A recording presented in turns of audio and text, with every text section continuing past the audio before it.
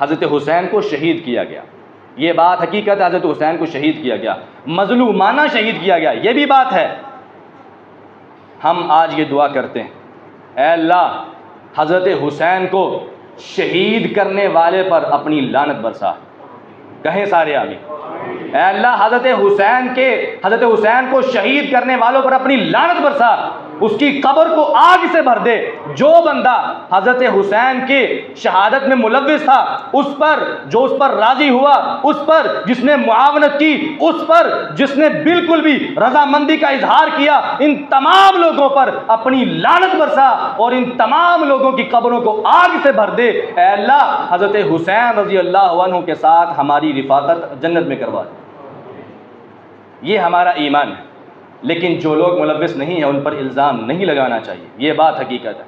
جب ایک بات یہاں پہ میں آپ کو مثال کے طور پر سمجھاتا ہوں کہ یزید کو اس واقعے کی خبر بھی نہیں، جب حضرت حسین شہید کر دیے گئے، جب بھی کوئی حادثہ ہوتا ہے، مثال کے طور پر میں یہاں سے نکلوں، مجھ پر قاتلانہ حملہ ہو، میرے کسی ساتھی کو زخمی کر دیا جائے، میرے کسی دوست کو زخمی کر دیا جائے، میں جو ہے نا مجھ پر قاتلانہ حملہ ہوا ہے، میرے ساتھی کو زخمی کر دیا گیا، دنیا بھر کی عدالتوں میں میرے قتل کے معاملے میں کس کی گواہی زیادہ معتبر ہوگی؟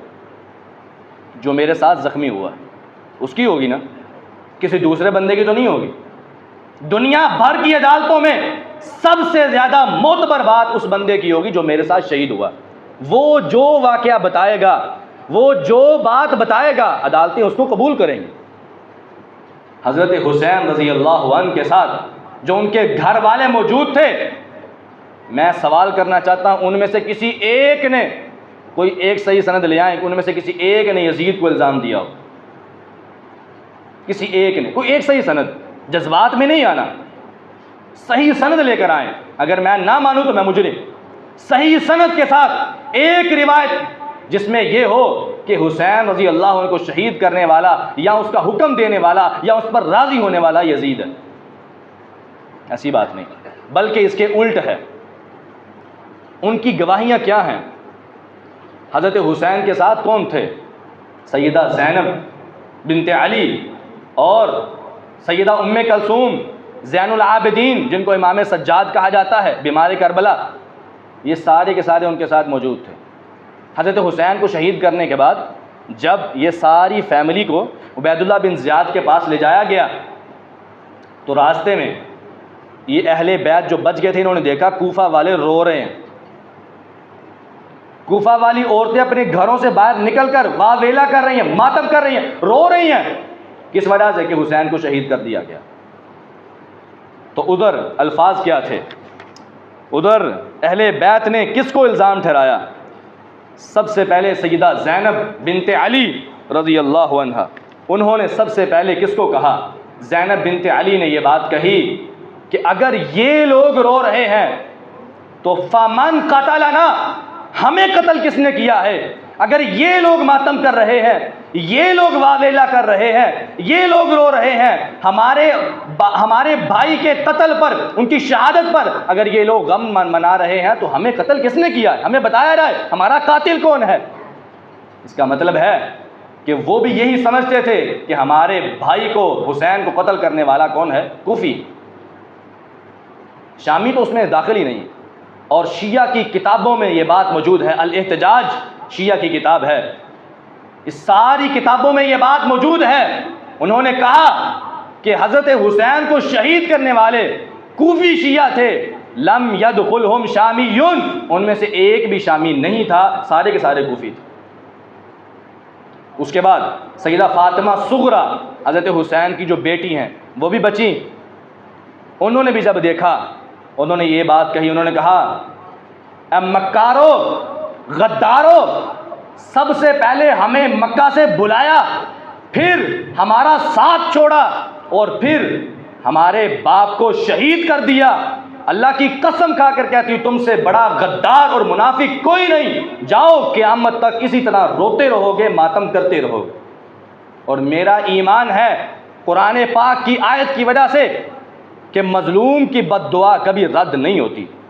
اللہ کی قسم، وہ مظلوم تھے اور ان کی بد دعا اللہ نے قبول کی. جن لوگوں نے قتل کیا ان لوگوں کی اولادیں آج بھی ماتم کر رہی, آج بھی رو رہی. اور یہ صحیح سند کے ساتھ موجود ہے کہ حضرت سیدہ ام کلثوم نے, سیدہ فاطمہ صغریٰ نے ان کے لیے یہ بد دعا کی.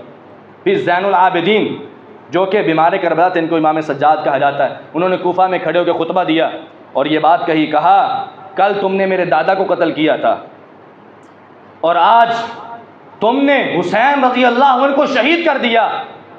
دادا کو قتل کرنے کے بعد تم نے میرے باپ کو بھی, تم نے حضرت حسن کو بھی شہید کر دیا, علی کو بھی شہید کر دیا اور حسین کو بھی رضی اللہ عنہ کو شہید کر دیا. تم سب سے بڑا غدار اور منافق کوئی نہیں.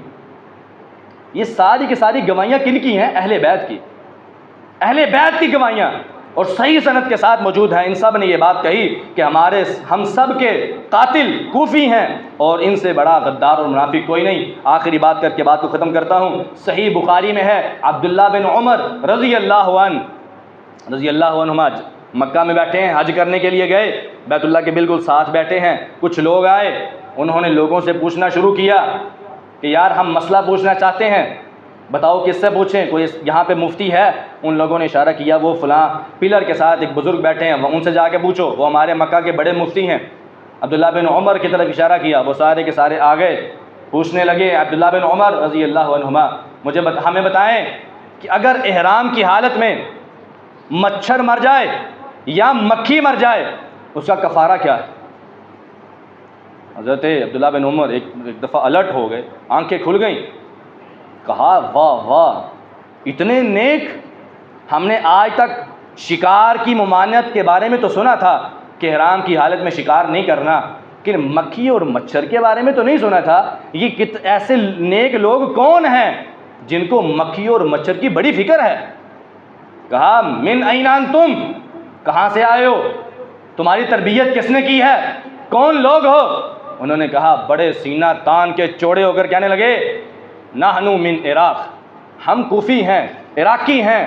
تو حضرت عبداللہ بن عمر فل غصے میں آئے اور کہا دفع ہو جاؤ, تم لوگوں نے حضرت رسول اللہ صلی اللہ علیہ وسلم کے بیٹے حسین ابن علی کو قتل کر دیا. اس وقت تمہیں خیال نہیں آیا کہ کفارہ کیا ہوگا, گناہ کیا ہوگا, اس وقت تمہیں بالکل بھی خیال نہیں آیا, اور آج مکھی اور مچھر کے مسئلے پوچھ رہے ہو.